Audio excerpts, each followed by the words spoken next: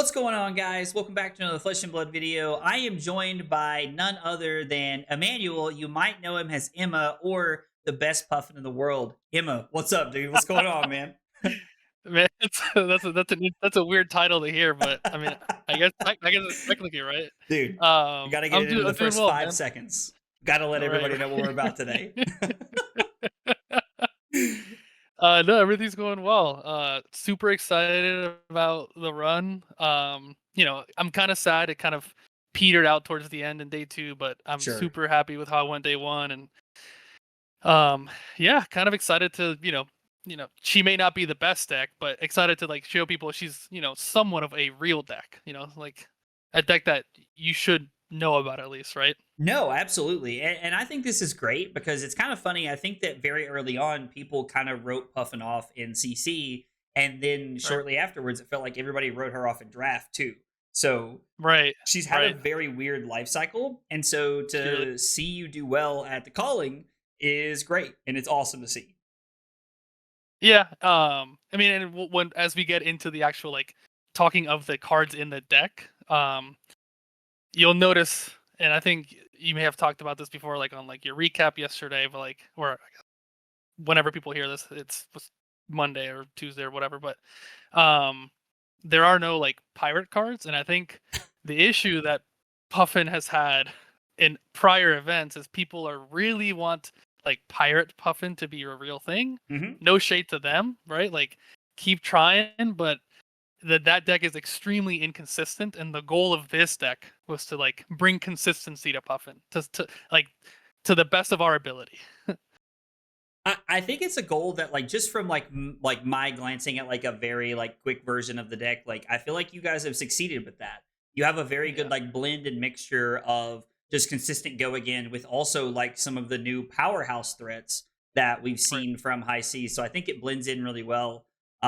Before we talk about the deck, I would like to hear more about your weekend Sure. because there was a weird moment where I thought you made top eight and come to find out you didn't. So I felt horrible about that. And it was this whole thing. So tell us about your weekend in Kansas City, man. How'd it go? So yeah, overall, absolutely exceeded expectations. I was joking with my buddies prior to going. I'm like, yeah, I'm excited to take Puffin O2 drop, play some side events. It'll be fun. Um, but it very clearly did not go that way. Round one was against a Syndra, and that's a matchup that when we first were building the deck, we were like, oh, this is a real deck because like she had been performing. This was like kind of around Nats season, and she was Sure. like winning a bunch of Nats. So we're like, gotta be prepared for Syndra. So I actually feel pretty comfortable. That matchup feels pretty good, especially if you get to go second, which fortunately I did. Okay. The matchup feels super good.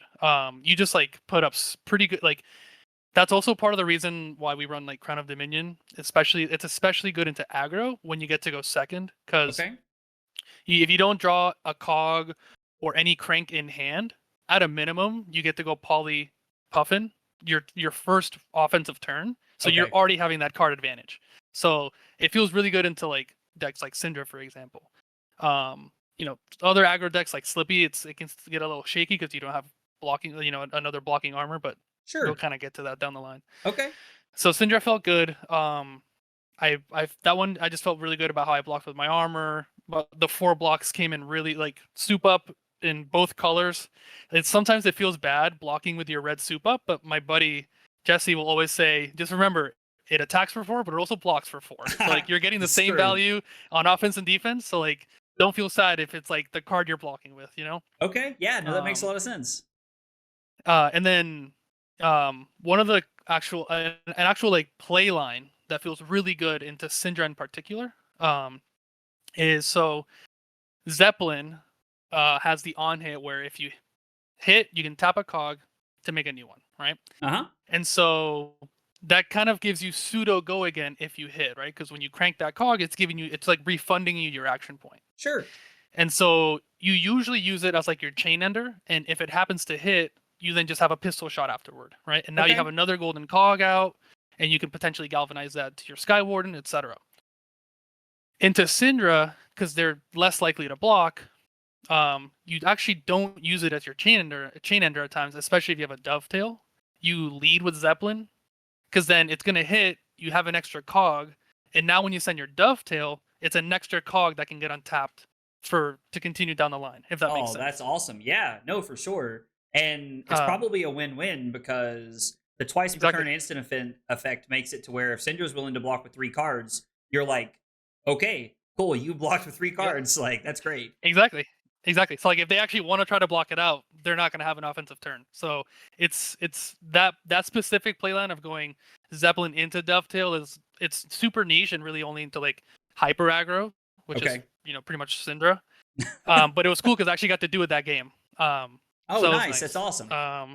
Yeah. So that game, yeah, it was pretty. It was never really out of reach. I kind of just was like ahead. They started the game. Let me see. So I'm looking at my.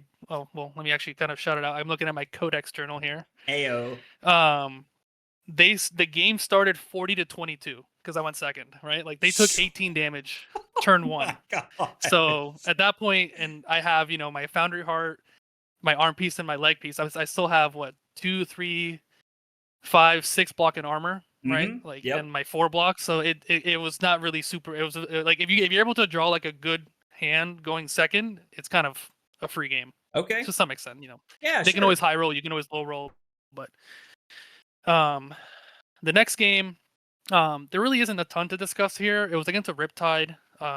He just happened to be like a newer player. Super nice guy, older gentleman. We actually spent most of the game just like talking about like our personal lives. Nothing really much about the game because like he was like making mistakes here and there. Like he forgot like one of his cards actually cost 1 resource to play, so he tried to play it for like because he was running like a Cheerios type list. Gotcha. Where it was like all reds. Yeah. And he forgot his arrow cost 1 and he tried playing it. Things like that, right? So like it wasn't really much of a game. Just kind of a free win there, but super nice guy. Okay. Really nice guy.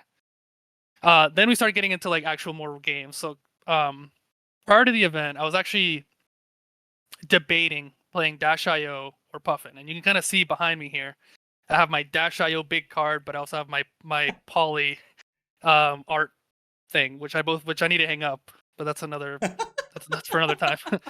I was actually debating those 2 decks for Kansas City, and a lot of people were like, "You should play Dash.io. You've already had a lot of success with Dash.io in the past. Mm-hmm. Why not just like why are you writing her off? Like why are you gonna play Puffin over Dio?" Sure. And one of the reasons that, especially that Jesse and I kind of after we played the deck for so much, was we felt like it had a better Slippy matchup than Dio did. Dio feels a lot more fragile. Like she needs 5 cards to like really push through. Mm-hmm. And Puffin doesn't necessarily need it. Like she's able to like block with a card or block with 2 cards and then still go like Dovetail Palanteer off of cogs she made the prior turn, or just like lines like that. Sure. And that kind of proved to be true in this event. So round 3 was against Slippy, and it was Andrew Lorenz, fairly well-known player. Yeah, it was like Andrew's pretty good player. Yep, and so it's another instance where, like, especially in the Slippy, it's similar to Syndra, going second really matters. Okay. So I managed to win die roll in 1 second, and it's kind of a similar thing where it never felt like the game was like he was like I always felt like I kind of was in the lead the whole time. It never felt like it was like out of reach. Yeah. And there was one play line in particular. There was like one turn in particular that felt really good. Mm-hmm. So he had taken my whole turn and kept his whole hand, and he leads with bonds. He just like plays bonds, right? Mm-hmm. He has 3 cards in hand and a card in arsenal, just like leads bonds. And so I'm like sitting there tanking, and the issue that I had is that I had 2 soup ups in my hand, and so one of my favorite things to do, especially as an aggro player, is to just say no blocks to bonds. I love saying no blocks, take a card, whatever. I'm still gonna come back with 4 cards. You ate 20 damage to take a card from my hand, sure. Right. Okay. But the issue is, when you have 2 of a card, that's when it gets a little tricky. 100%. So it does make it very awkward. I think about it, and I block 7. Because I have the soup up, and I give another card. I block 7 to cover just like a 1 pump, and he passes. He doesn't react. So I'm like, okay, sweet. So the other reason why I was also leaning towards blocking is I ended up drawing an all red hand. So I was gonna kind of block anyways. I block for 7 on the bonds, passes on reactions. Then he plays a pain in the backside. I block with one of my other reds, and then he plays a Codex and discards Razor's Edge to the Codex. Oh wow! So that means that like I blocked the bonds perfectly. Man, that's such a good And feeling. that right there felt so good. And so after the game ends, he actually goes to Taylor Crawford. He's like, man, that guy knows how to block. Dude, that had to be like a high you were chasing all weekend. To have somebody say that about you's gotta feel amazing. Right? And so and there were like 2 bonds that like I like perfectly read that game. And so like that game just felt so good. So I beat him. It was 4-0. But it was one of those where like I took some damage that I didn't need to just make sure I closed out the game. Like I think it was 9-1. So I took some extra damage just to like make sure I finished the game on that turn. So like it looks close on paper, but it wasn't like super close. No, I completely get that. So that felt really good. Round 4 I played against Michael Fang on Gravy. Okay. And he knew I was on Puffin, but he didn't know what style of Puffin I was on. And that was another reason why I thought Puffin might be a good bring to the calling was, because Pyre Puffin has been so popular, that's what I feel like people would be expecting that over Boost Puffin. Sure. And so and like a good example is Gravy. If they're playing against a Pyre Puffin, they're expecting more of like a fatigue style of game where I'm going to try to just kill allies. I'm going to run D-reacts, etc. Not I'm just going to go at face, try to kill you as fast as I can. Okay. And so he boarded like Whaler, he boarded Scubas, things that you normally wouldn't board into aggro. Sure, planning to play the long game. Exactly. And so he wins the die roll. He goes first, and it kind of really caught me by surprise. He plays Call to the Grave, turn 0, and he gets a Whaler. And I'm like, huh. Because he literally, as he's doing it, he's like, well, I'm just going to buy myself 7 life. That's what he says as he's getting it. And so he gets the Whaler, he pitches 2 blues, plays it, and then just passes. And then I just sit there and I'm in the tank. Because my hand is Red Throttle, Dovetail, a blue, and 0-60. So I sit there, I'm like, do I just like go with face? Do I ignore the Whaler? Like, what am I supposed to do here? Because this in all of my testing prior to this event, that never came up where they just like turn 0, get a Whaler, play it, pass. And I'm like, man, like you can really have some big high roll turns. Like he can go like, tipple, swell, conk into Whaler. And I'm like, there's no coming back from that. If that I was like, the game's probably over at that point. Exactly. And so in the end, I chose to kill the Whaler. But what sucks is I had to send 9 into it. I go throttle at face and then 0-60 and dovetail at Whaler. So that feels really bad when you're sending 9 instead of 7. Yeah, absolutely. You're just leaving points off the board, and it feels so bad because it's like, man, you're already thinking about how aggressive you're going to be with this turn going into it. So it had to feel really bad there. Yeah. So, and actually, one thing I forgot to mention is when he played the Call to the Grave, turn 0, he goes, man, thank God I played that. I saw 12 allies in a row as I was looking for the Whaler.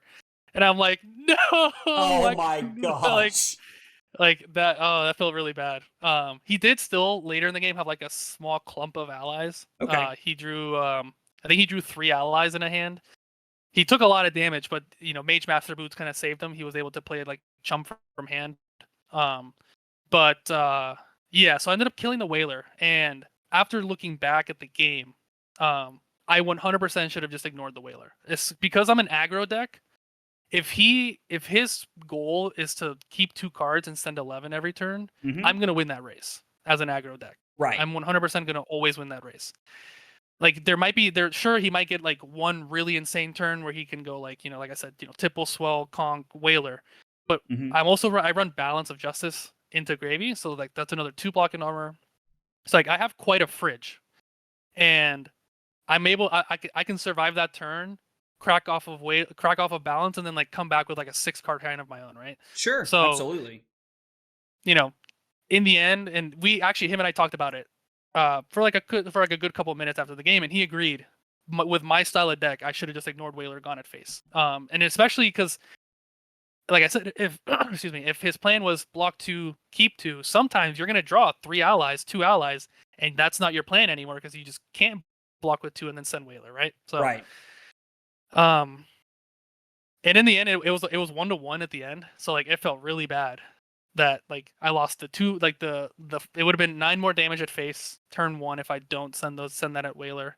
And then there was another turn where confrontation just came out and it was just like in the back of my head. And so I'm like, I don't want to get blown out by this. And I took 3 extra damage so that I could send a 7 at Chum rather than a 6. Okay. And he was just like, yes, it sucks to get blown out, but you just got to make him have it. Like, you can't take inefficient lines like that. So, Sure. 3 extra health there plus 9 extra damage I would have done to him. It would have been a completely different game.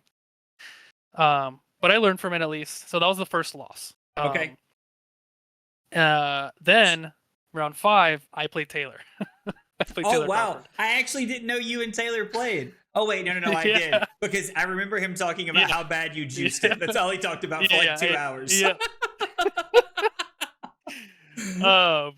So Taylor and I played, and it was another situation where, and this is after he had talked to Andrew, right, from round 3, and he was like, "Yeah, this guy knows how to block." Blah blah blah blah blah. and so I was very fortunate to go second again. And this one was like, if the Andrew game felt good, this was like, as Taylor said it, he got ass blasted.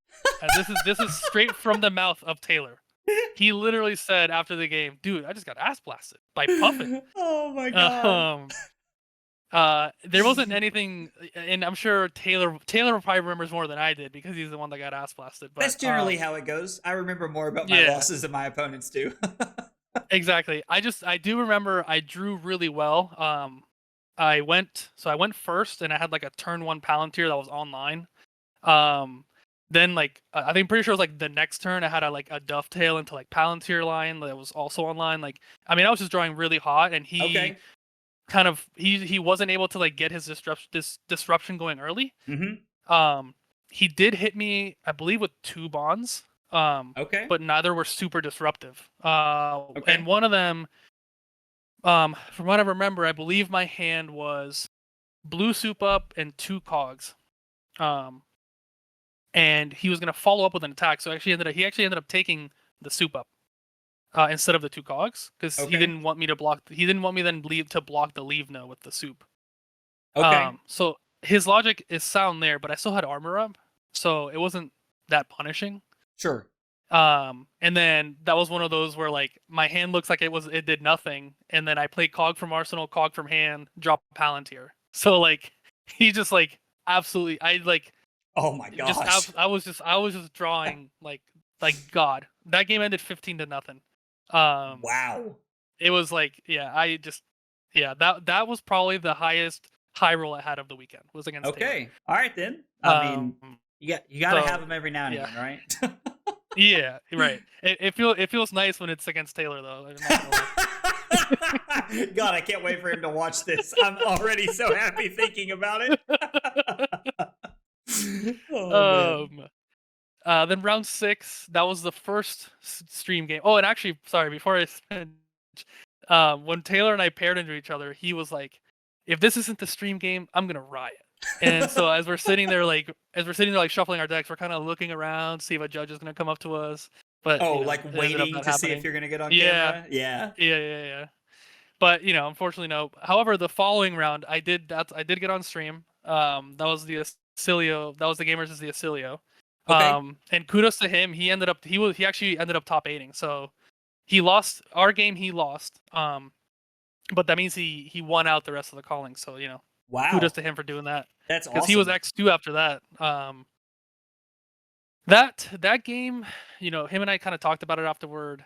He drew really poorly. He didn't see my deck wasn't doing anything super impressive that game. There was I think there was like one turn where I had like a 4-card 9.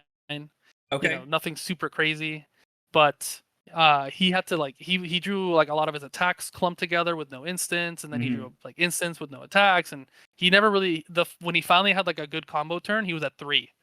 So, there's no living from there. I was like, yeah, you can't keep your hand, and it's super awkward because I feel like, Yeah. and I've talked about this in the past, but like playing a Cilio, you probably have at least one of those games across Oh, 12 absolutely. rounds where your deck just Absolutely. decides we're losing this round. Yep. Yep. I mean, I've played a good amount of Acilio, like at Armories and whatnot. Like, I was actually really excited about Acilio when he first came out. Yeah, And I'm quite aware of like, and I'm sure it's probably more than once in like a 12 round calling. Like that deck sometimes just ceases to function, that's and fair. there's like something you sometimes you literally cannot do anything about it. And it kind of felt like that was like the game he had. Like I didn't like I did really nothing super impressive. I had like one good turn where I went like 4/4 Foundry Heart, Zeppelin that was like fully online for 8 into pistol for 3. Like Oh that felt wow, really good. that's awesome. But like I didn't send a single Palanteer at him. I did kill him on a dovetail, but that was just like improper blocking from him, not because the card. I mean, don't get me wrong, the card is very strong, but it wasn't Sure. because of that he died. He just didn't block it fully correctly. He didn't account for the unicycle. Okay. Um, Granted, he had to give another card, and then he's gonna come back at me with a 3-card hand, and I'm at 21. So the game was essentially over at that point. Sure. Especially because I hadn't seen power cards yet. So like I start seeing some of those power cards, and like it's really over. Oh, it's like every turn you're just Um, getting closer and closer. exactly. And this is actually shout out to Julian. You know Julian Sniffen. Yeah. Him and I, and then my buddy Jesse, we played a ton of games into Julian on Acilio, so we were actually super familiar with the matchup. Oh, okay. And actually, if you go on stream, if you go, I don't know if they have like the chat of the stream live as you're like watching it back, like the VOD. But as the game is going on, Julian is talking about like how unwinnable it is for Acilio. It's like unplayable, blah blah blah blah blah. Like I'm pretty sure we went on like a streak where we beat him like 12 or 15 games in a row. Like it was really, it was like really Wow. bad. He absolutely hates Puffin. Absolutely hates the deck just because he couldn't beat it. Oh, that's hilarious. I love that. So that was the Acilio game. Then the final game, and this actually, if I were to like make a tier list of like best to worst matchups for Puffin, I think Prism is the easiest matchup for Puffin. Really? Yeah, because Okay. you're an aggro deck. It's an aggro deck with 12 poppers. Okay. Right? Like it's like kind of unplayable for Prism. You have 12 poppers and 3 of them are 7s. Right? So like, and it's not like 7s that I want to keep. Like I want to block with my 7, right? Oh, So it's not sure. like Of course. you're not taking a power card from me offensively. So Mm-hmm. feels like a super super good matchup.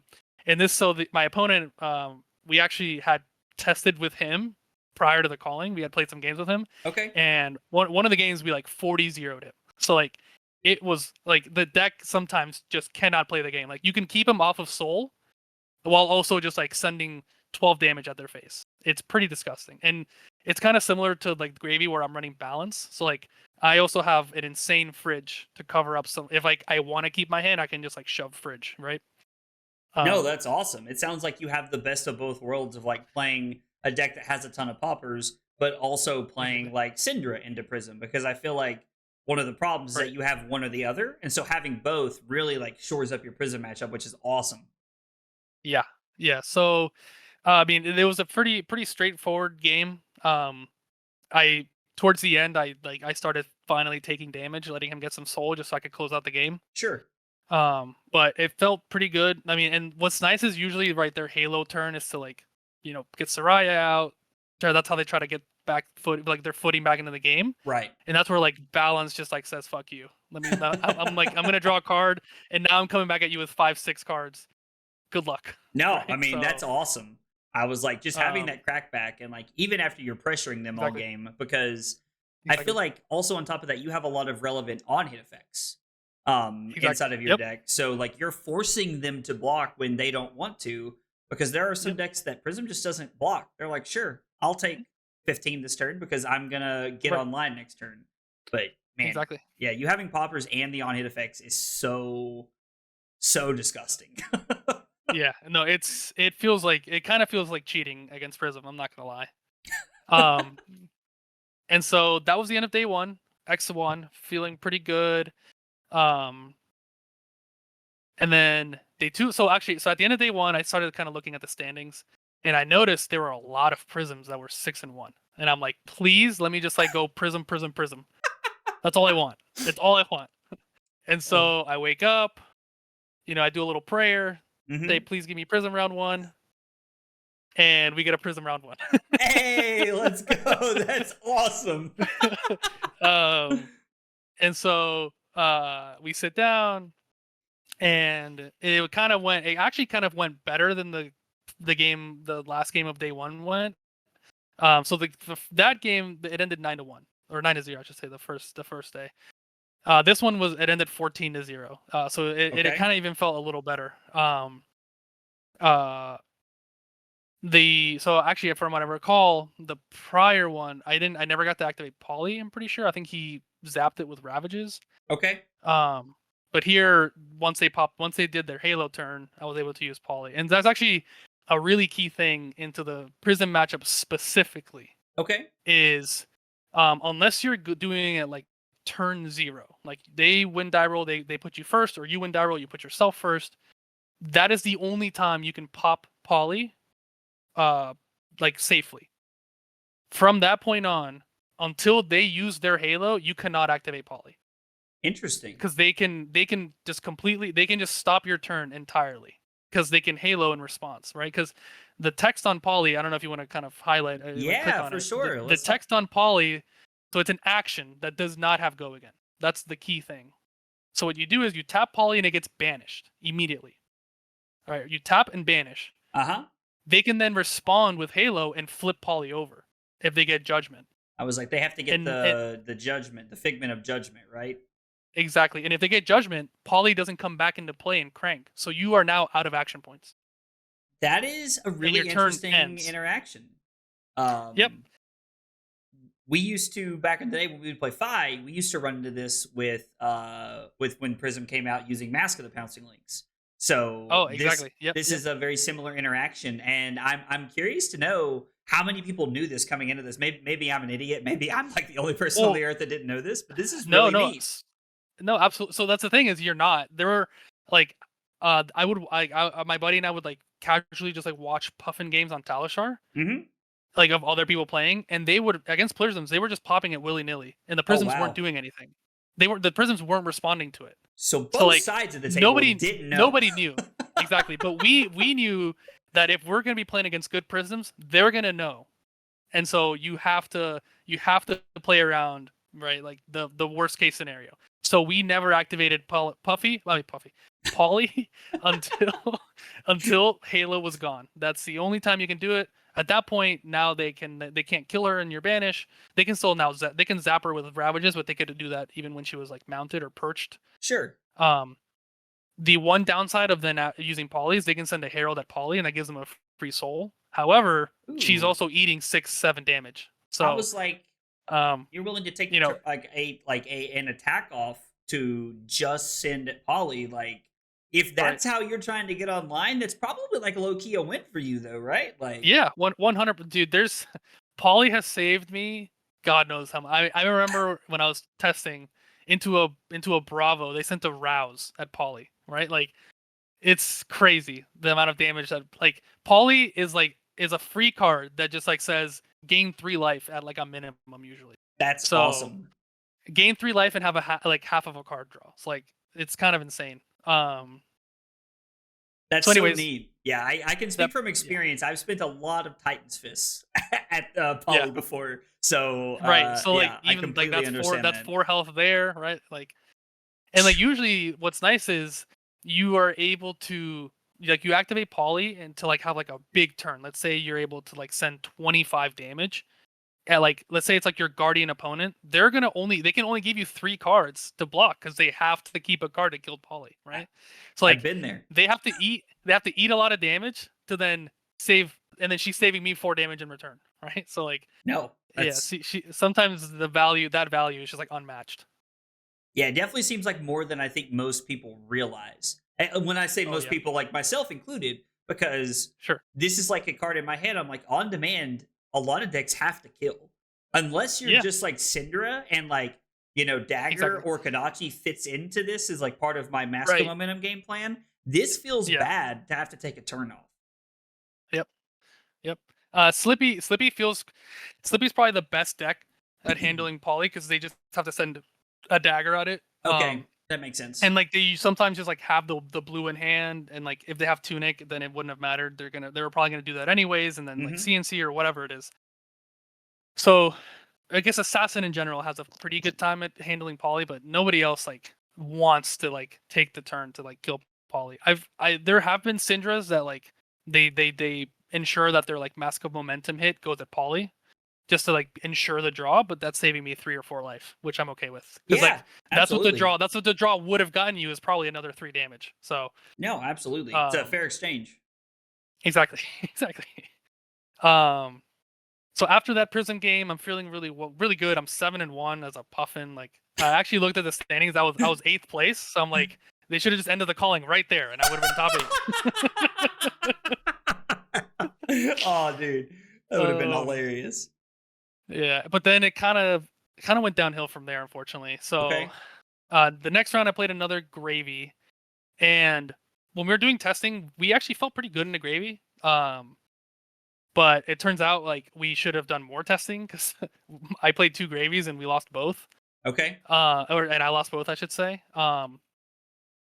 This one, this one felt like, I don't know. It was it was kind of funny because there were like turns where like it felt like he was getting kind of unlucky, and then but like I wasn't drawing. I got a ton of heat, and then he had a turn where like he like cracked his like last gold. He started the turn with like 5 or 6 gold, and Hmm. he cracked all the way down to his last gold just to try to play a chump because Wow. this game was going a lot better. This game was going a lot better than the game against Michael the day prior. I was up Hmm. 7. I was up. I think it was like 17-7. Yeah, Okay. and they only had 2 cards. And they only had 3 cards. They had 2 cards in Arsenal. And so I guess they realized that the only way back into the game is if they get a chum into play. And so he Okay. kept fishing, like he gravied everything he could do to get exactly enough resources to get the chum. And so he had 1 card in hand and no resources floating Okay. and 1 gold. And so I'm like, okay, there's no way at the current moment he cannot play chum because he had just blocked with dead threads the prior turn. Okay. And so I'm like, there's no way he can play chum, and he only has 1 gold. And so I'm like, I guess he probably has. Yeah, he can either get a Sawbones out, and I still win the game because, I'll tell you why after the turn finishes. So he can Sure. either get a Sawbones out, and I'm still probably gonna win the game from there, or he can go fishing for 1 more and hope it's a blue, and then play the chum. And so he pitches to the gold, and I'm sitting there in my mind like, please be a red, please be a red, please be a red, please be a red, please be a red. And sadly he draws the blue, and so he's able to get the chum and attack. My hand, so he's at 7 and is pretty much out of armor because he had just given hook and he had just given dead threads. Okay. And my hand is, I have currently 2 cogs on board, and my hand is 0-60, workshop, another blue, and a Palanteer. So my turn was going to be 0-60 into workshop, online, Palanteer. Okay. And Palantir is like arguably the hardest card to block when you're low at life, because if you like you usually you have to give 2, like at a minimum 2 or 3 cards just to survive. And if you're already taking 4 from my 0-60, I'm now leaving you with no cards pretty much, because if he's at 3, he has to have exactly 4 cards that block in order to survive a Palantir when you're at 3, because it's getting pumped up to 9 while destroying a card, right? I definitely learned the hard way one game Yeah. that blocking with test of strength was not enough when it could be destroyed.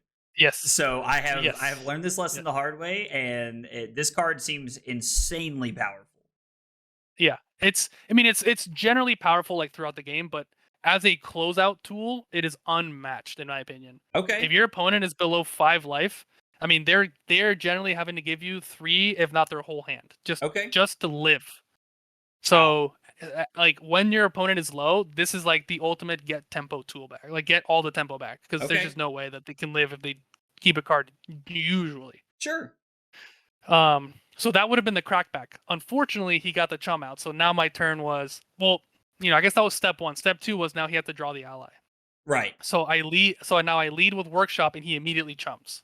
And so I'm like, okay, well, now he's gonna come back at me. So now I'm at 13 because I took 4 from the chum. So now, right. I'm now having to send the Palanteer at chum. Or actually, sorry, no. What I ended up doing was because he had a Sawbones in play as well. So what I ended up doing is going 0 to 60 and then gun for 3 at chum.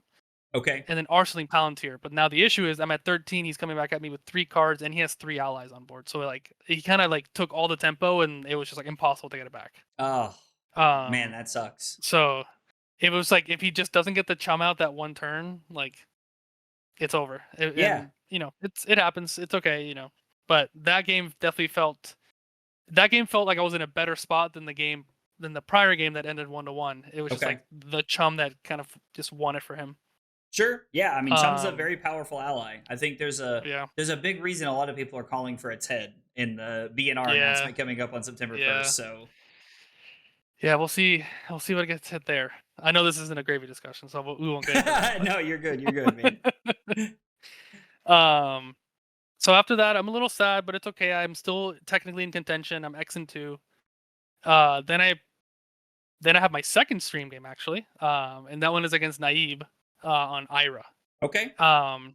And that game it was a super long game, so I'm not gonna it was like a 12-turn game or whatever it was. So I'm not gonna go super in depth.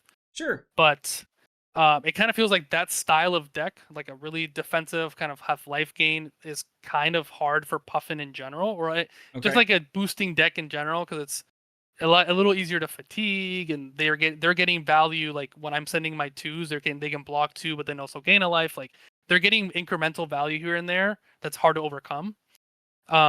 In the end, it was still a super close game. There was in the mid game, I drew an all red hand after having a clunky hand, which was brutal. And I also think I was a little greedy with how I played the all red hand. I could have sent an extra 5 damage instead of arsenaling a cog in the machine, but I figured my logic at the time was if I need to have like a turn where like I get tempo back, it starts with cog in the machine. So I ended up arsenaling it. In the end, I don't think that specific turn would have mattered a ton. I think the real misplay was earlier in the game, and this is actually something, if you're interested in Puffin, that you will have to kind of get better. Like this is like it's a really tricky thing, especially against defensive decks, is knowing how to properly tap Palanteer. Okay. Because, like the turn in question is like a really good example, and I misplayed it. Okay. I send Palanteer for 6. And all he does is give me his shoes. And he holds 4 cards, and he still has an arsenal. And if it's an aggro deck, it's a different story. I'm gonna pop 9, destroy the shoes because they're probably not running D-Reacts, etc. But a deck like Naive's, that Ira deck, I'm fairly certain he's at least running 9 D-Reacts, right? He's already played his Flick Flack at that time. And I'm sure he's on Shelters and Sinks. And so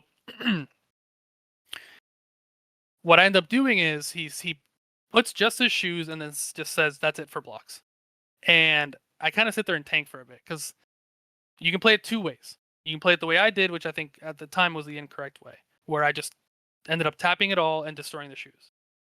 But then that gives him a priority after I've destroyed the shoes to play D-Reacts and not get punished. And so the proper, and then I also had to break my unicycle to do so. Okay. And so what I think was the best line is just tap it to 8, right? So I do +1/+1, and just pass. Right? Just leave it at 8. Okay. Because he is at the current moment, he is taking 8. And a deck like that, and an Ira deck that is built the way that he's built it, there's no way he's taking advantage of 5 cards on offense. Okay. Right? Like his deck is very defensive, has a lot of the sirens that he wants to block with. So I'm like, if I just tap at 8 and pass, and he doesn't D-React, I am still pushing through 8 damage. No, that makes a lot of sense, because you're leaving your opponent an opportunity to make a mistake. Because if they play a D-React, you're like, okay, well, here's the 3rd activation, get your Sink Below off the chain, and now you're taking 9 instead of 8. So Exactly. yeah, no, that makes a lot of sense. I feel like that's a very interesting sequencing thing that Yeah. people may not know up front, but learn through the hardship of playing the deck. Exactly. And so what I should have done was I should have just tapped the 8 and then just passed. What I ended up doing was tapping the 9, and then he had 2 D reacts.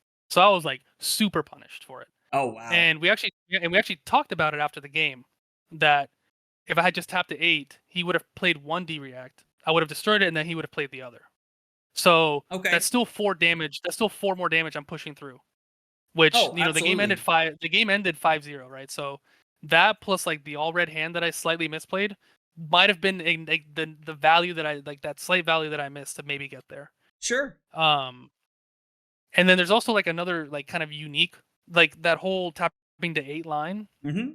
So Palanteer, the wording on Palanteer is very tricky because um and I don't know exactly, my friend Jesse describes it better. Okay. But essentially what you can do with Palanteer is, so in this in this specific scenario where I'm attacking him and it's just that one attack, I tap it to 8, and then if we pass, I can then, and he doesn't do a defense reaction. We get to we get to resolution. I can tap the third cog in resolution and still destroy the shoes.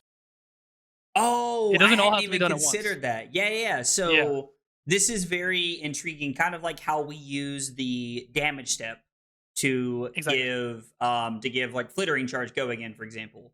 This would be exactly, the same thing. It's still on the chain, it's still active. exactly. They've taken Yep, damage, and now I'm gonna get your boots off the board so that you can no longer use them for like a dual threat or a different, like a bigger play. So yeah, that's exactly. really neat. That's really cool. Yep.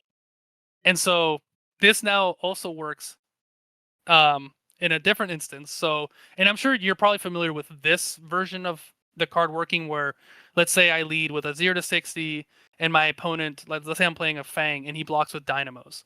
I can then play the Palantir and blow up the dynamos on the prior chain link. Oh, that's so cool. I'm Yeah, gonna be because you honest, can destroy a defending card. that Period. makes sense. And like Yeah. in my brain, when you explain it to me, I'm like, oh, Dodoy, that makes sense. But I had never Yeah. considered that until this moment. Yeah. And so Yeah. like people that are experienced against Puffin, they know not to give armor that they, at least they don't want destroyed, until like the last card that they're sending. Interesting. So Yeah. this card gives your opponent not only chances to make mistakes when this is on the chain link, but at the But beginning of the before. turn as well. That's Exactly. really neat. I've never really Yep. considered the repercussions of like how Yep. punishing this card could be. Yeah. But then there's one more. Oh, dude, we're not even done yet. But What? wait, there's more. This specifically can only really work on like a cog in the machine turn where you have the action points. Okay. You can lead with Palantir, right? So you can lead with Palantir, and they block with armor or whatever. But let's say they give you an armor that's already like that's battle worn or it's already blocked, so you're not getting the value out of destroying it. Mm-hmm. You can still like tap twice, but then let's say later down the chain they give you another piece of armor. If I haven't already done my thrice tapping, I can then, so if let's say I tap twice on the Palantier's chain link, down the line I can then tap a third time on the Palantir and destroy a future blocking armor. So later in the turn, if you were to hit, like, let's say you only had 2 cogs and no unicycle, for example, if you were to hit with something Sure. like Dovetail and you were to untap all Which your untaps them. cogs, and then Yep. they've blocked with, their, I don't know, tectonic plating or something, just for example, then you Sure. can Yep. retroactively activate Palantir to be able to get Correct. tech plating. Correct. If you haven't already done all 3 taps, yeah, you can like something like further down the link can still get destroyed if you haven't already tapped all 3 on the Palantir. Oh my god, I have to play this deck. Yeah. So like you can have some like really funky lines that way. But anyways, we kind of went on a tangent there, but that was the Yeah, no, Ira no, game. you're good. So you picked up a loss against Naib, and this makes Yep. you X and I'm 3 at not. this point. So yeah, at this point now I'm 7-3, so I'm out of top 8 contention, Okay, but I'm still very much live for top 16. right. So the following round I play against a Verdance, and internal testing with me and my bud, Verdance did not feel amazing. Okay, I could see that. It's generally just Earth heroes. I think the 3 worst heroes for this deck are, in order, probably Verdance, Florian Jarl. Like I would say, like Okay. Jarl's probably like the hardest deck for this hero to play, or close Okay. to it, I should say. So that's kind of the reason why we have these backup reds in the deck. On their own, they're fairly mediocre, but the goal for them is to be Palanteers 4, 5, and 6. That's how you like get over fatigue, right? Gotcha. Okay. However, you also need not just these, but then like the cogs to also line up for Palanteers 4, 5, and 6. So it's a little Sure. tricky. But it's like the only way we felt like we could beat fatigue. And so, with that said, sometimes, Earth heroes draw like Earth heroes and they don't do anything. Sure. And they draw 2 blocks. So I kind of just steamrolled my Verdant's opponent. He didn't really know. Like, he also wasn't super experienced with with Puffin. So that's kind of going back to the point I made earlier. When you're playing a deck like Puffin that people aren't expecting to be there, at least near the Sure. top tables, they're not going to know. Sometimes they might not know how to play against it. So there were definitely certain cards that he didn't block properly. He let Polly live for like 3 turns after I activated her. So like, Wow. and every single turn, I needed her to get my card draw. Oh So my like, gosh. it mattered. It like really mattered. And so that game I won at 14. So it wasn't. I mean, I guess I was getting kind of close to Storm Strider's range. Sure. We don't run AB into Verdance. Okay. We're if the whole goal is to try to kill him as fast as possible, and taking Unicycle out of the deck hampers that quite a bit. So I'm assuming that the equipment we have up here in like our main 5 or 6 here, this is what we're playing into Verdance. Yeah, that is the exact loadout we run into Verdance. Yeah. Okay. Awesome. I have to say that's not what I was expecting, but I am glad to know that. And I think viewers will be glad to know that as well. Yeah. All the stuff in the sideboard for AB is strictly there for Kano. Okay. We're me and Jesse were just like very much Kano respecters. We know the dumb shit that deck can pull off. So, Misfire Dampener on its own makes that matchup like a 90-10 in my opinion. Okay.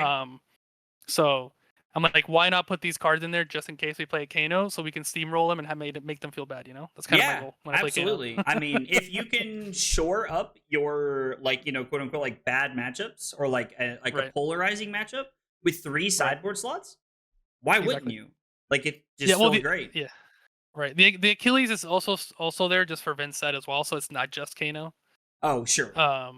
But yeah, it pretty much. So yeah, the Verdance, that wasn't much of a game really. I just kind of ran them over. They kept cards to try to trade. Like they would keep 2 cards to like send a Burn Bear. Okay. And I'm like, I'll take 6 when I just did 20. You got it. Yeah. No, handshake for sure. Deal. I'll take that deal any day. And actually, the backup red felt really good in that game, because I was able to. I drew a hand that was 0 to 60 throttle and 2 blues, and I had cogs from the prior turn. Okay. So I'm able, and I had a backup red in Arsenal, so I'm able to go 0 to 60 throttle, pitching a blue with 1 floating, and then I can get. And so the backup red was crank number 1 for the turn, so I still haven't cranked twice. Okay. So I haven't gotten my card draw, and so then I'm able to then pitch 2 to the backup with 2 floating and get get a Zeppelin.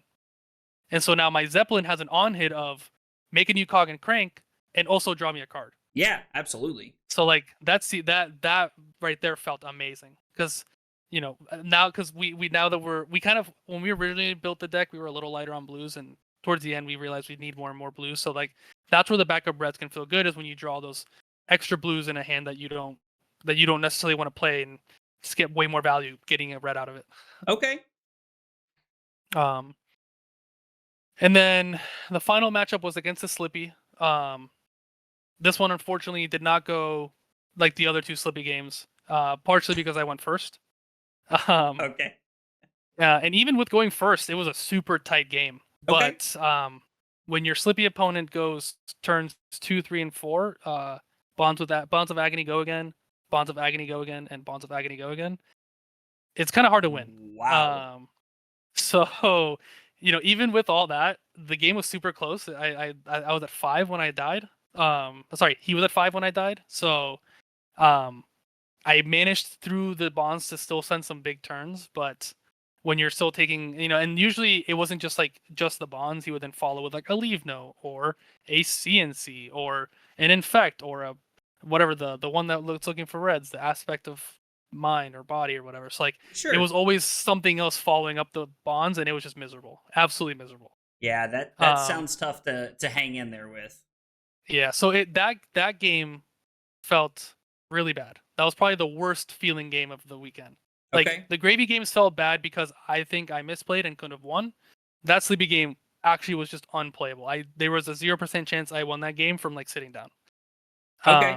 And sometimes that just happens against Slippy in particular, just because they just like draw disruption into disruption every turn, and what are you gonna do? I mean, Especially when they sometimes start they with just tempo, have it. right? Right. Yeah. Um, Exactly. Trying to get tempo back from Slippy can be very tough. yeah. Especially like when they're able to disrupt you as aggressively as it sounds like they were. Because even if they Yeah. didn't have it with the bonds, I feel like most high level players are going to respect Bonds of Agony in a way that like puts you in a bad Right. situation if they don't have it. Exactly. Yep. So after that game, so I was kind of after the Verdance game, I was like, okay, good. I'm still alive for top 16. I'm feeling good. Then we hit the Slippy game. I lose, and then the final standings come out, and I get what did Sam call it? He said this it's the what when he was Sam because said, he asked you he said he goes, what do you think is the best worst spot to get? well, in my head, I was thinking, oh, like, by the way, you guys heard this 17 or something. at the beginning of the stream. I was Oh right, going to the bathroom, or at the beginning of the video, sorry, and I yeah, thought I heard them say Emmanuel's name over the speaker for and top 8. like in Yeah, for third place, and I'm like, yes, I will wait to use the bathroom. And so I take off sprinting through the convention center to get to him, and I'm like, dude, you made the top 8. That's awesome. And there's like 6 people there who are staring at me like my hair is on fire. And like Sam about falls on the floor. He's laughing so hard. And then like we start going through this guessing game, and I'm like, oh, 17th. Like you didn't make it into the money, like or into like the better money or whatever. And Sam was like, yeah. nope, try again. And I was like, 33rd, and they were like, yeah. And I was like, oh my god. Well, Yeah. I'm just gonna walk away and never talk to you guys again because this is wildly embarrassing for me. I felt so bad. I felt so Oh man. bad. I was laughing along. You did not have to feel bad. I found it funny, and that's like a badge of honor I'm gonna wear now. I finished 33rd. I was the first player to not get any money in the calling. Dude, honestly, man, like with Puffin, I think you had a hell of a run, brother. Like I Yeah, think no, you had a great weekend. no, I'm absolutely proud of myself with how I did, and I actually remember my first stream game, because I watched it back now, and Bryce asks Ellie, "Oh, what do you think about Puffin?" Because I was about to go on stream, and she goes, I mean, those like because there were only 4 of us. There were 4 Puffins in the entire calling, Okay. and she goes, those people, they're here to have fun. And don't get me wrong, fun I had, but I also like wanted to like actually prove that the deck is somewhat real. So I think even though I lost, even though I kind of petered out day 2, I think I did a good enough job at proving that, and I think I've made at least some people believers, especially Taylor, with the ass blast thing. I was like, it sounds like you made a few Slippy believers over the course of the weekend. Yep. You made a believer out of me, man. Like, I'm not gonna lie. When you told me you were playing Puffin, I was like, oh, okay, so like, cool. Like, we're just coming to Kansas Yep. City to hang out. Like, and I thought the same thing Yeah. Ellie said. Like, but Right, dude, like, right. the fact that like you went 6-1 on day 1, and then like it sounds like day 2 didn't go quite as well, and it sounds like there's a few things that you also learned from, which is good Yeah. to Oh, take along absolutely. the way. Absolutely. Yeah. But at the end of the day, you played this off-meta deck that nobody was expecting, and honestly, a version of the deck that no one was really expecting. And you had a really good run with it, and I think that's something to be super proud of. I do have a Well, I appreciate question that. about a few cards. Absolutely. Did you still? Are you good on time? Like, do you still have a minute? Or No, okay. we can chat as long as we want. Yeah. Okay, perfect. I just Yeah. wanted to make sure before I was like, because I know we're recording this like late at night, so I wanted to make sure before I just Oh, ramble on. I got no bedtime. All right, cool. So let's see. It looks like there is 9 copies of Copper Cog in the main deck. Yep. And then if we keep going down just a little bit, there's one in the sideboard. Will you please walk me through this decision? I need you to know that when you sent me your list and we set this up like 2 days ago, I have racked my brain for 2 days trying to figure out why there is a 10th one in the sideboard. So please hit me with some knowledge. Yeah, absolutely. So we'll start with the first part about the 9 in the main board. So this was probably the hardest part of building this deck, was how many Copper Cogs are we going to put in the deck? Answering that is like twofold, because one, we think like Copper Cog is the highest value blue in the deck, and I don't think it's close. Okay. However, it has one major glaring issue that it does not block. So you run into issues where, as an example, your sleepy opponent leads with Bonds Go again, and you have 2 Copper Cogs in your hand. You kind of cry on the inside a little bit. So we wanted to mitigate drawing too many Copper Cogs in a hand. Like, we wanted to like max draw 2, and even that doesn't happen as super often. Okay. So when we first built the deck, I think we got up to like 13 in the deck or something like that. It was crazy. Wow. We quickly realized that was a little insane, so we toned it back. For the calling, what we really were torn between was 10 or 9 main board. But we kind of, we kind of came back to that same point of, we probably want to be able to block sometimes, and so that's why we chose 9 instead of 10. Okay. That makes sense.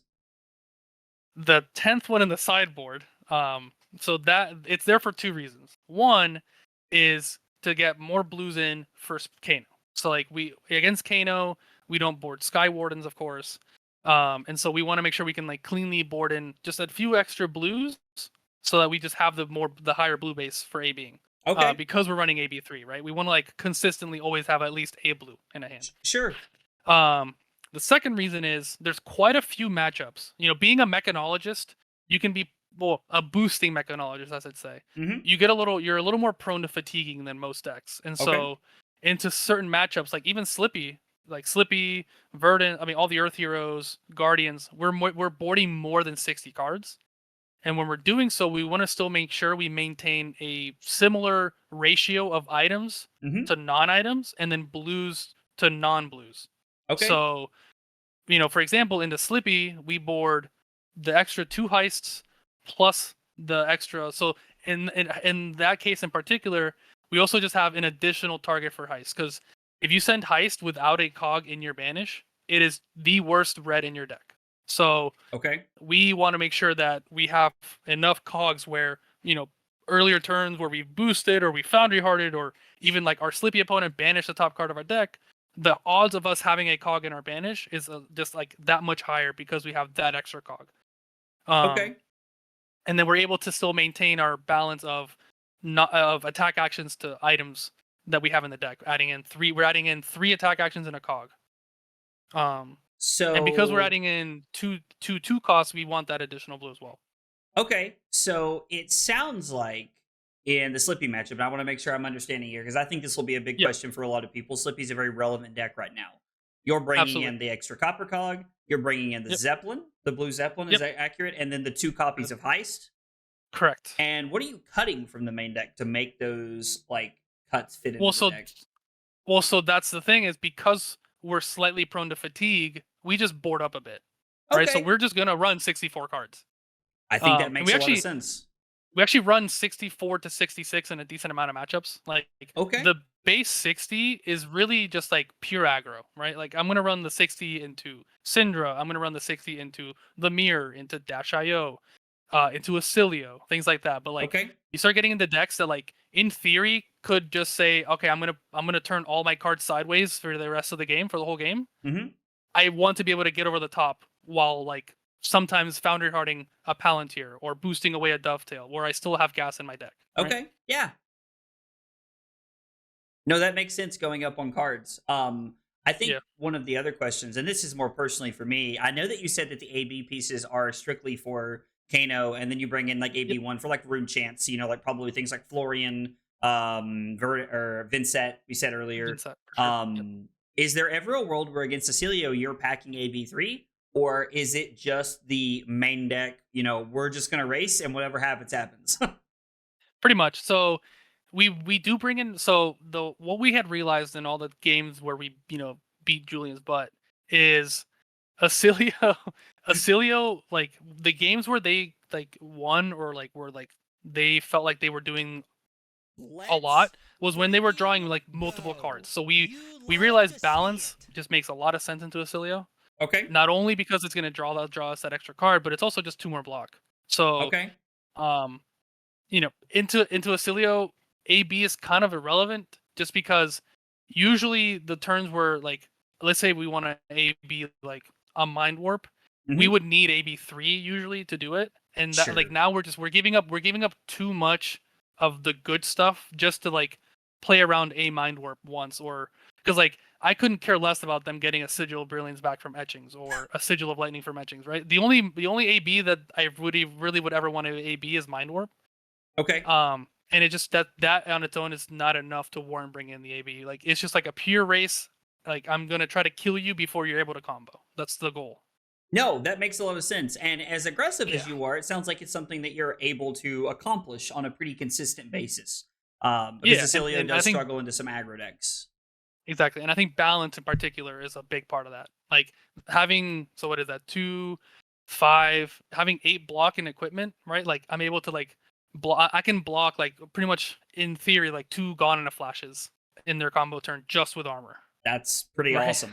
I mean, that lines So up pretty well because you're probably still able to yeah, keep some cards too exactly, and play offense with exactly. it. Yep. Um, Taking a look at, and I feel like a lot of these cards are, like pretty self-explanatory for most of the people Yeah. watching. Like Soup Up, is like a four Cogworks Dovetail is like one of the reasons to play this deck and not just play Dio in a lot of situations. Yep. And all the boost cards make sense. We kind of talked about the Golden Sky Warden earlier. Like obviously this card is insane because you just like you're able to like block super tall, or you're able to like like it's just an extra 4 block in a lot of situations. Was there any matchups that like you want to actively board this out other than Kano? So definitely Kano. Yep.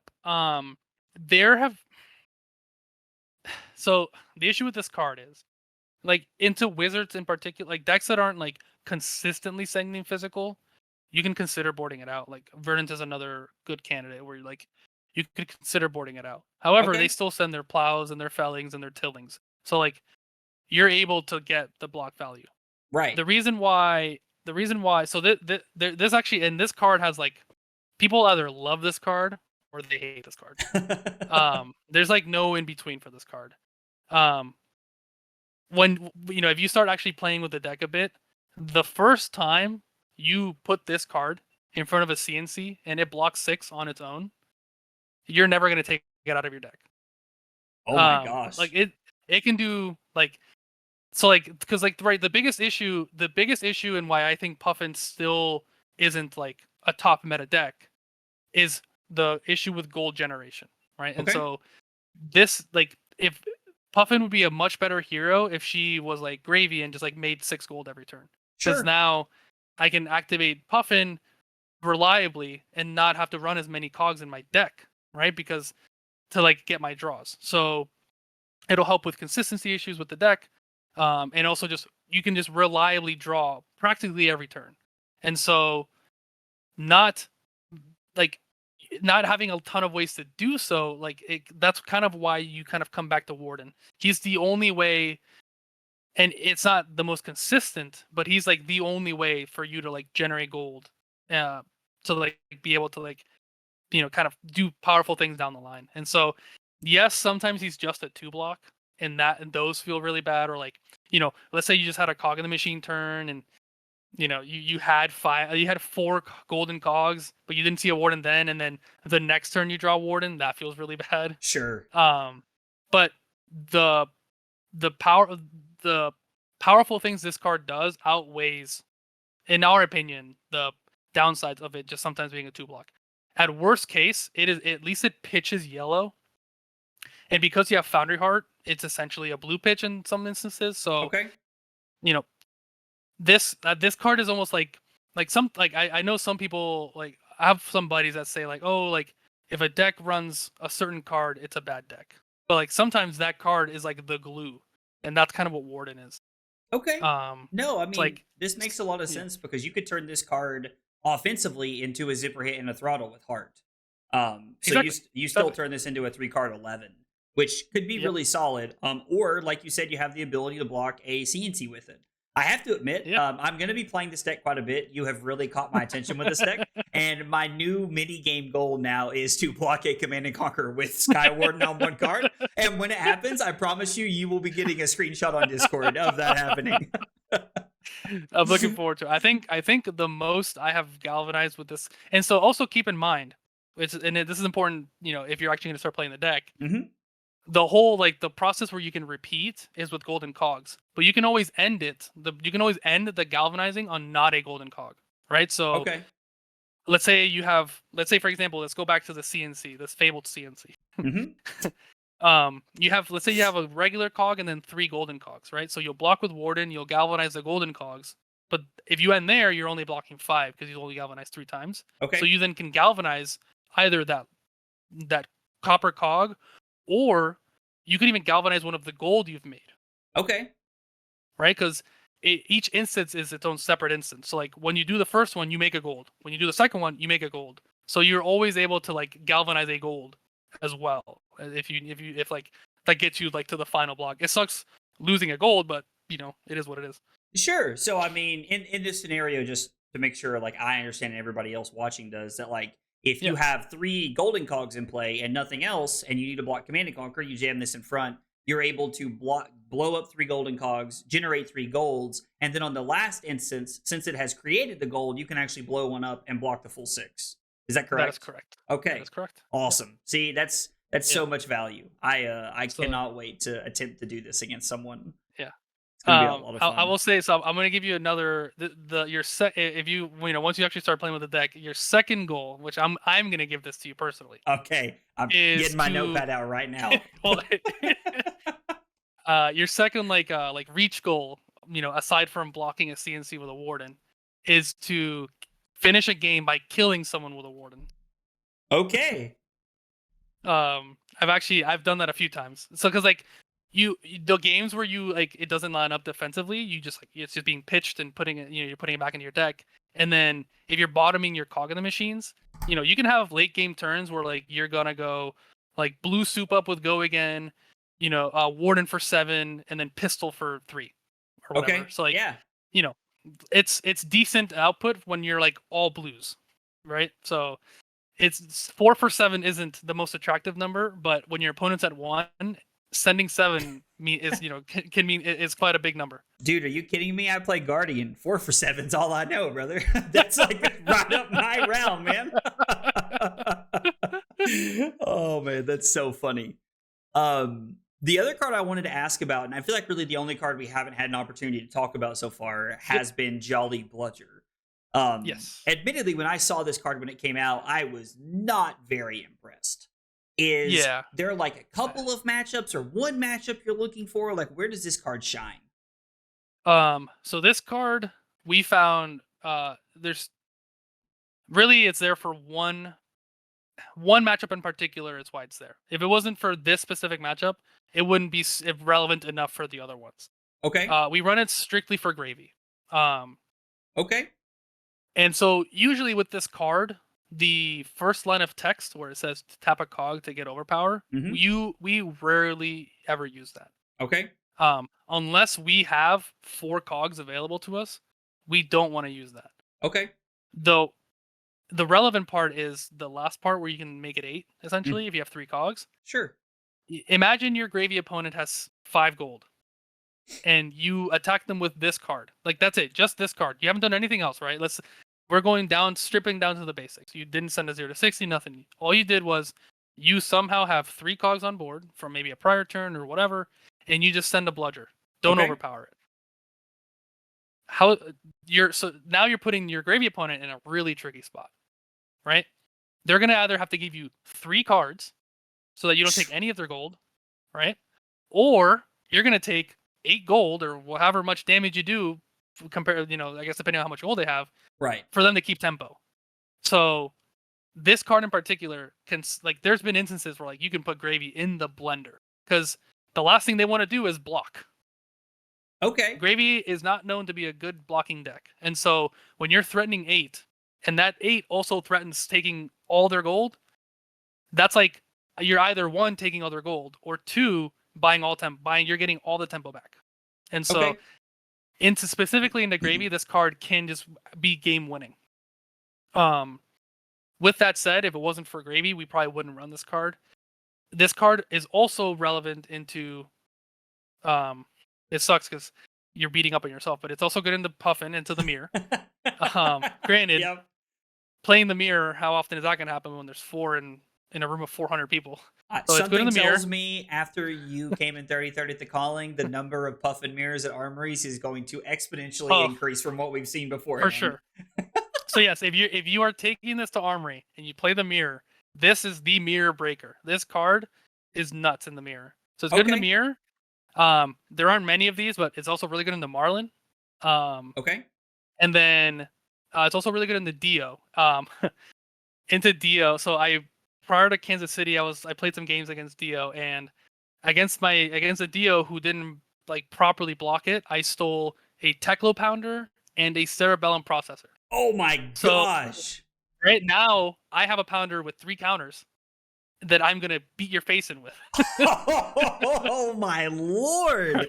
That's awesome. So this is like a backbreaker in the Dio, and then the last one. And this one sometimes feels so good when it like really works out is Kano.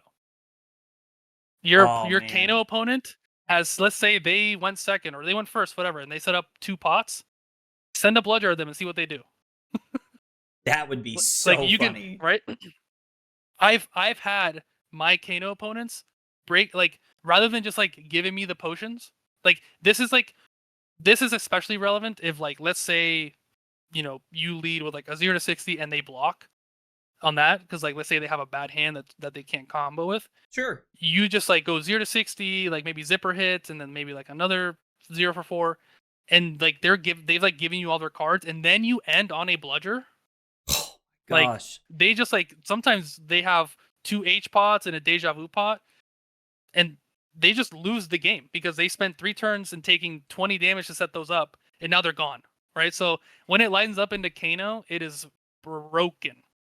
But it also has to line up into Kano. Playing against a Kano and like you activating like the deja vu potion for like no reason other than just to put like 2 blues or a cog back on top of your deck. I'm putting the like I pitched the bludger to play bludger, so I'm putting the other bludger back on top of my deck. Oh man, that's so cool. So yeah, no, this. In the matchups where it matters, it sometimes can like really matter. I think the most impactful are Gravy, the Mirror, and Dio. I think those are the 3 where it's like the most impactful. And then sometimes it can be like just backbreaking into Kano, but that one kind of has to line up. Okay, no, that makes sense.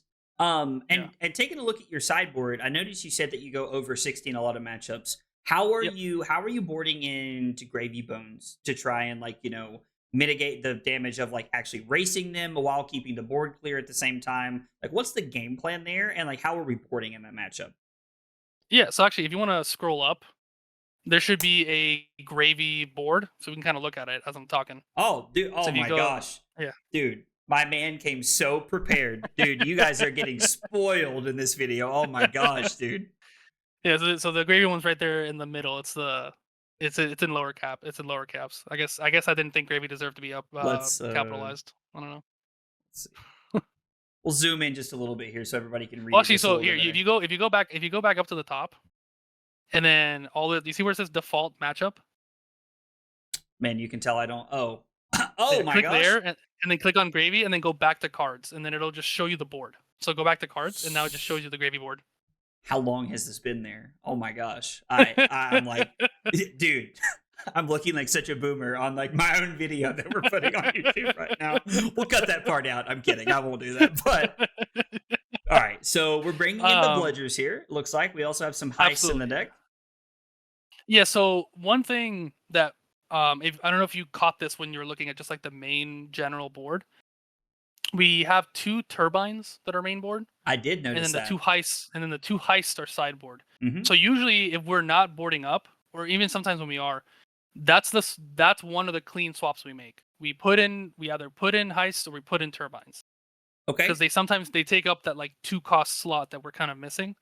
And then we usually will put in the other 2 costs. Like we'll sometimes run both of them only if we're adding the extra blues, because we need the blues to support the extra 2 costs. Okay.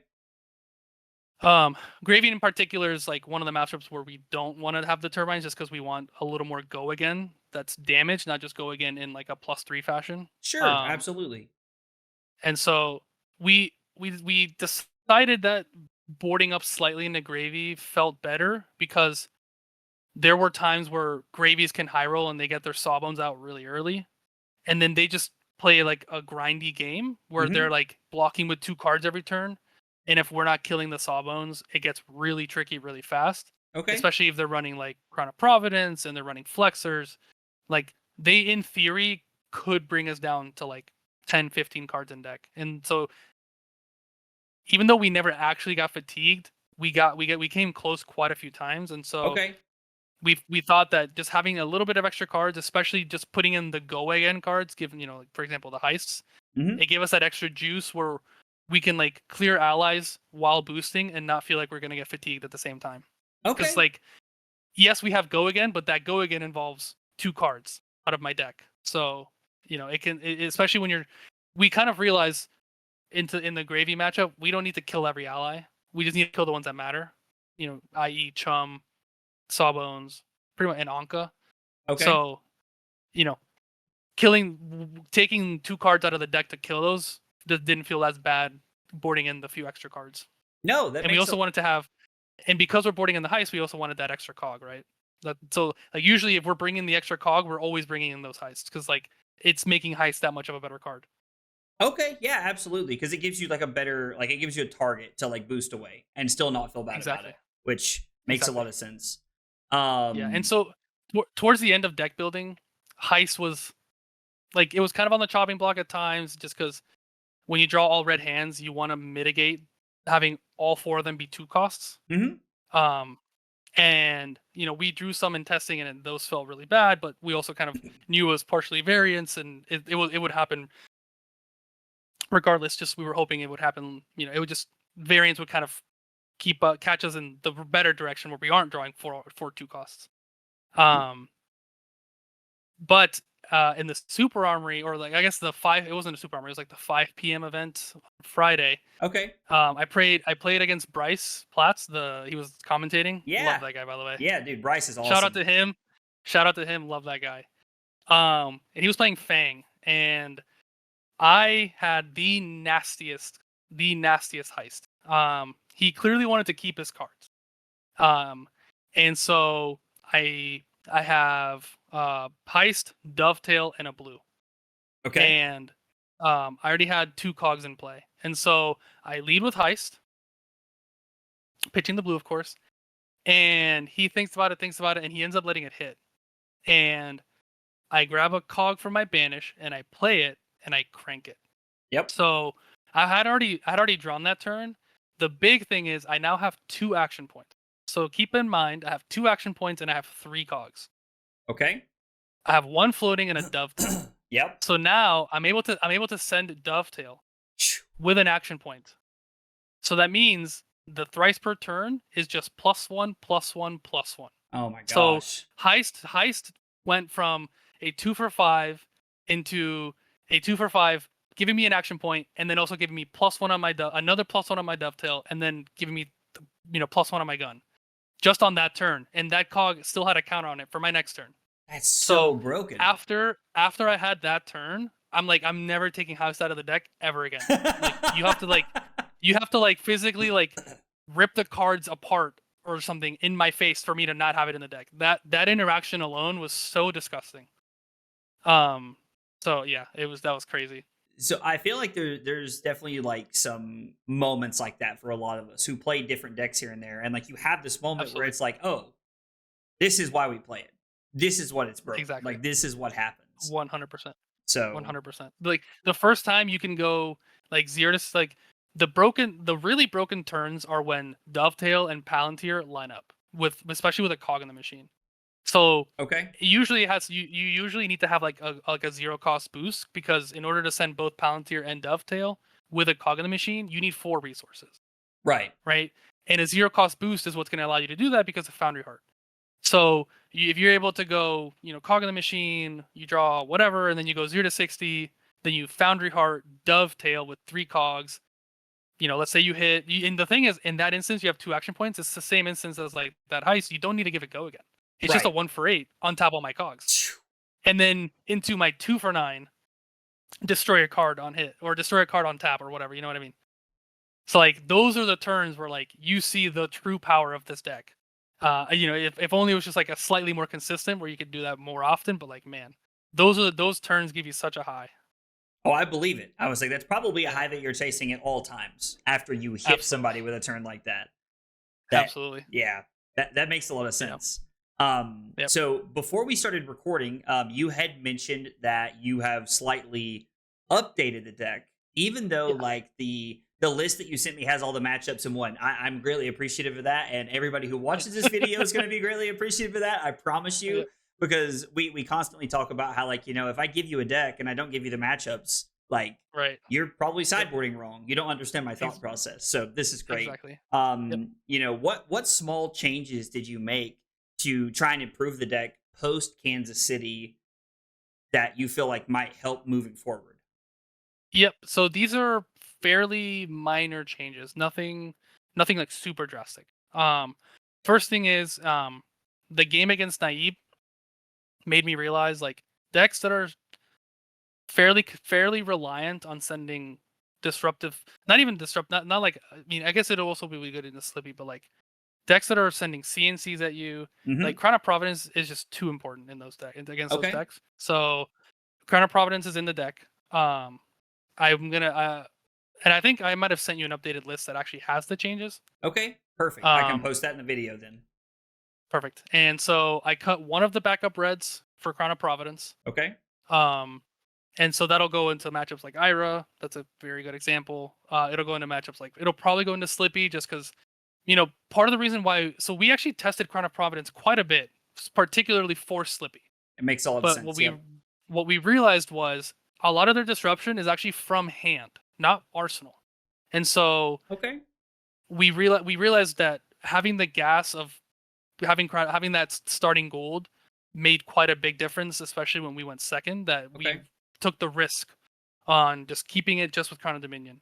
However, being able to play better around Arsenal disruption just always feels better. So we put in Crown of Providence instead of one of the backup reds. We also realized we don't need 3 of them, even into like pure degen fatigue. 3 sometimes can just be clunky. If you draw 2 in a hand, that will lose you pretty much the game into any deck. So we cut that down to 2. And then the last thing was the 9 cogs, although they felt good, variants can sometimes make it feel like really bad. So we actually cut down to 8 cogs main board. We just cut one of them. We still have the one cheeky one in the sideboard. That's not going anywhere. All right. We still have the 8. We have 8 main board, and then instead of blue 0 to 60, we're gonna try blue T-bone. So in instances where, let's say, your opponent blocked out, if you're able to maybe line up, because like you don't want to keep a blue T-bone instead of blocking with it. If you could have blocked with it and gotten better value blocking, you always want to do that. Absolutely. You never want to keep the blue T-bone just to send it because you have a Palanteer. Never do that. However, if you have the tempo, and it lines up, sending a blue T-bone can be slightly more disruptive especially when you're ending with a Palanteer, or if you maybe had 2 blue T-bones, you can make it very annoying for your opponents to block with their 2 temper equipment on a T-bone for 1. Right. And then sometimes it might just also chain end on a Palanteer, right? So we want to test to see if that feels, we'll see how that feels. I personally am a fan of 0 to 60 just because I think 2 being greater than 1 is better, but that disruptive piece might, slightly help some of the matchups where their armor is very relevant. No, that makes a lot of sense as like a good test, like a good card to look at. And it sounds like it'll either be 3 blue T-bones for the extra cog or 3 0 to 60. It's kind of what it sounds like you guys might have landed on there. So exactly. Yep. That's awesome. Yep. Well, Emma, do you have anything that I missed, or maybe anything you want to share with the people who are watching this that might be interested in playing Puffin? Well, one thing. So before I kind of talk about more about Puffin, one thing I Yeah. think you may have missed because it's like slightly hidden in there. If you go to the throttles, you're gonna see that there's one yellow one. I promise you, I did not miss this. In your game on Oh, stream, okay. you played one or you blocked with one at one point during the weekend. And I remember going, am Yeah. I looking at that right? Like I was like trying to Yeah. look and see if that was a yellow. So yeah. So the story behind the yellow throttle, I'll keep it brief. We originally, and this is, I don't know if you maybe even noticed this with like the main board Zeppelins. We don't Hmm. run 9 Zeppelin. I did Um, notice that. we realized that, especially when you're running clean 60, the instances where we were drawing like hands where it was just 4 Zeppelins was too often, and those hands are really bad. Okay. Zeppelin is good as a chain ender, especially when it's not aggro, because one, you're making it an awkward break form for them to block, and if it hits, you get like a cheeky gun out of it, a cheeky 2 more damage out of it. Sure. Absolutely. If you draw 4 of them and they block out the first one, well, you're IPing yourself with 2 of them in hand, right? Right. So drawing 4 Zeppelins feels really bad, and so we have the third blue one in the sideboard just because it's the next best blue when we board up. Okay. However, we didn't want the third yellow one. And so we were like, what are we going to put in for that third yellow Zeppelin? Um, we originally had yellow soup up. And actually, we were at one point running 2 yellow soup ups. Oh, wow. And the card felt fine. There's times where it was a 4. When the yellow soup up was a 4 block, it felt amazing. When it was a 2 block, it felt like garbage. Sure. The issue that I was running into with the yellow soup up was there were times like late in the game where let's say it's been 2 turns since you've made a cog, and you need go again. Soup up doesn't have go again. Okay. And so we wanted a like an intermediary between a card that pitches and a card that attacks, like with consistent go again. Sure. And that's kind of where we landed on this throttle. We actually have, after Kansas City, we're actually debating putting in a second one. Just because, like, my buddy made a really good point. Like, there's decks out there that would kill to have a 2 for 5 go again, right? Like Facts. Guardian, like Guardian, they're out here playing a red one that's a 2 for 5 go again, right? So like Mhm. the fact that we can get it in yellow, so we're debating putting in a second one. Like the red turbines are also like a tad iffy just because it's a really expensive card. Sure. So this might be like the swap we make. We still haven't that hasn't been ironed out yet, but that's where the fabled yellow throttle. That's why it's in the deck. The singular one.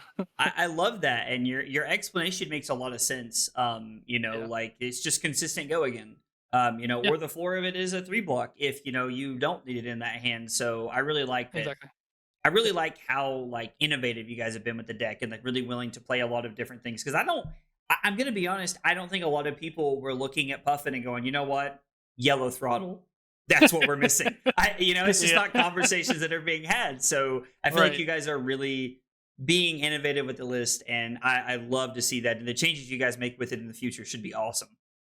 Yeah. And actually, if you go up, scroll up to the results. Click on the results tab. Okay. You don't worry about the actual results. I just want you to look at the matches. Look how many games just so you can see how many games we've put on this list. In case you guys are wondering, this did not come through some BS luck. They have put the time in. 406 games is absolutely crazy. It might be slightly higher. So we shared after on Sunday we shared the list. So we tried to keep this specific list clean, where it was only me and Jesse playing on it. Sure. And then if people in like the Puffin Discord were ask us, we would send them like a copy of this list, but just not this specific link. Absolutely. We shared this link, so I'm sure people have been playing on it. So I don't think we had exactly the 406. I think maybe like 20 games have been played since we shared it, but this was the list that we tested on when we were finalizing the deck. I mean, we've been trying to break Puffins since release. Well, and you can even see to your point, like, like there's like what? There's like, 15 games here, 14 games here, and like a few games here, like all that have happened after the calling. Yeah. So it's And very clear it that hasn't been me. I can promise you that. well, it's like it's very clear that you guys have put in the time, because even if there is Yeah. an extra 50 games on the deck, that's still Yeah. 350 games you played. Like Right, exactly. I've seen Yeah. videos and people talk about decks when they've played 8 games on the deck. So Yeah. 350 games speaks for itself, especially with Yeah. 76% win rate. Like that. It's tough to argue with Yeah. that. It's tough to argue with Yeah. that. Probably because I don't want Yeah. to, but it's tough to argue with. Oh man, um, that is but awesome. yeah, um, and I guess you kind of, I don't want to, keep it going too long, but you kind of asked me if anyone had any, if you want me to like share anything in particular about the Yeah, deck. absolutely. Um, so deck is super fun. I will say, when you first get into the deck, there's gonna be times it's gonna happen, and I'm apologizing now so that you don't get too mad at me when it happens. This should be good. We're trying, we're trying our best, right, to make it consistent. You don't draw too many cogs here and there, but you're gonna have the fabled 4 cog hand. Um, and it's gonna happen, and I apologize. You just, you play 2 of them and hope you draw 2 costs off the top. Um, you are also going to get the fabled cog in the machine with 4 cogs in. Like, you arsenal the cog in the machine, and then you have 4 blues, like 3 of them are cogs, and then you draw another cog. It's going to happen.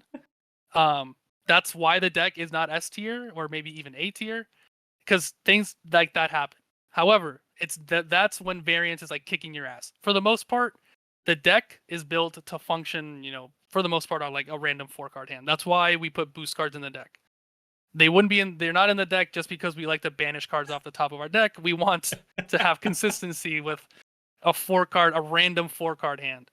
And then the last point that I really want to stress is, the deck is built to draw 2 costs off the top. Like that is like the motto that Jesse and I had when building this deck.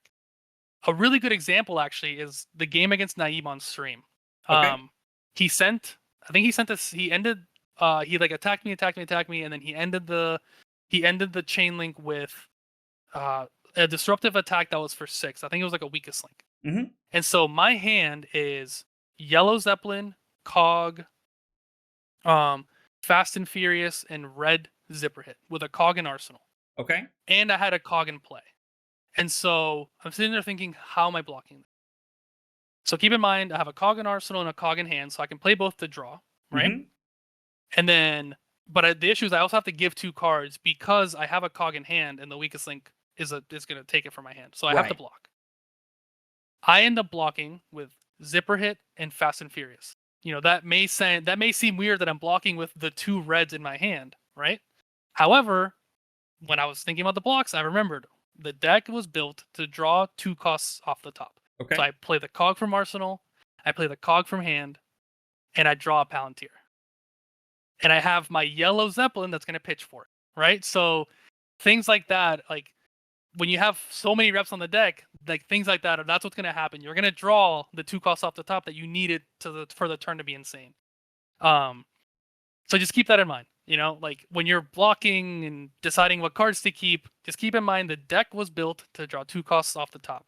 Sometimes you're going to draw a Workshop and you're going to hate your life. Sometimes you're going to draw a Skywarden and you're going to hate your life. But like, that's what happens when you're playing a deck that has a random draw. But we're trying our best to make it as consistent as possible with drawing the 2 costs off the top. I think that this is some like you've given phenomenal advice the entire like recording session, like honestly, and I mean that very sincerely, but like that really stands out to me because this is one of those times that like even when I have your sideboard guide, I don't live in your head. I don't know what you're thinking. So knowing that that's how you would play the deck, when you told me you blocked with like, Zipper Hit or like, at Zipper Hit and like Fast and Furious, I'm like, I don't know about that. Like, like it's like what's going on in my head. But it makes so much sense because pretty much like no matter what you hit, you have a play line there with the yellow and like hitting a 2 or even if you hit a 1. So exactly. So like at worst case, I draw a blue, right? That blue is now going to pitch for my Zeppelin to be the attack, right? Right. Exactly. And if I draw a red that's not a 2 cost, that means it's going to be either a 0 cost or a 1 cost, and I can still pitch my Zeppelin. Best case is it's either, the 1 cost is the worst case because now you're just being inefficient with resources, but it's that 1 cost is likely going to be either a Dovetail with 3 cogs or a red zipper hit. So like they're both still like good cards. In that instance, the hope is you either draw the 2 costs or like a 0 to 60, and then you just arsenal the yellow zeppelin. So like there's a lot of flexibility with keeping that yellow zeppelin in that specific instance. No, that makes a lot of sense. Yeah. I gotta tell you, there's been a lot of decks on my radar. I think this just jumped to the top, brother. I think after talking to you and like hearing all your thoughts about the deck, I'm just sitting here thinking, man, like it's a shame I got to go to work tomorrow. Like I just be sitting at home playing Talishar all day, playing through the deck, man. Yeah, no, it's a blast. As even though the deck is still not fully there, I think the deck is just missing. I think it's missing 2 things. It's missing a more reliable way to generate gold, and just like one more power red, right? Like if I can just take those 2 turbines out and just put in a better red, like I think the deck will be in a much better spot. But the mech card pool is so limited. Like 90% of the cards are unplayable, so you gotta kind of do the best with what you got. A lot of draft chaff came from Bright Lights. So I understand that. Emma, thank you so much for being here, man. Thanks for being on and recording this. I was like, I know it's late, so I really appreciate you jumping on and doing this. I feel like I've learned a ton from you. I have no doubt that everybody who watches this is going to learn a ton. And I'm hoping a lot of people are going to be like, a Puffin video. What? Well, now I got to watch this. So you're right. That's the hope. I hope you get thousands and thousands of clicks. We got to spread the good word of Puffin. I will remember you when royalties are going around off this video. So don't worry. I got you, fam. I got you. Well, guys, if y'all watch this, please make sure you like, follow, subscribe, all the free buttons. It means a lot. It goes a long way. If you see me or Emma, well, I guess I should only speak for myself. Make sure you come say hi. Ask Emma about the Puffin deck. He's a very personable guy. I promise you, it's not just being in front of the camera. He's a blast to talk to. He'll be more than happy to chat with you about stuff like that. But thanks for watching, and we'll see you guys next time. Take it easy, guys.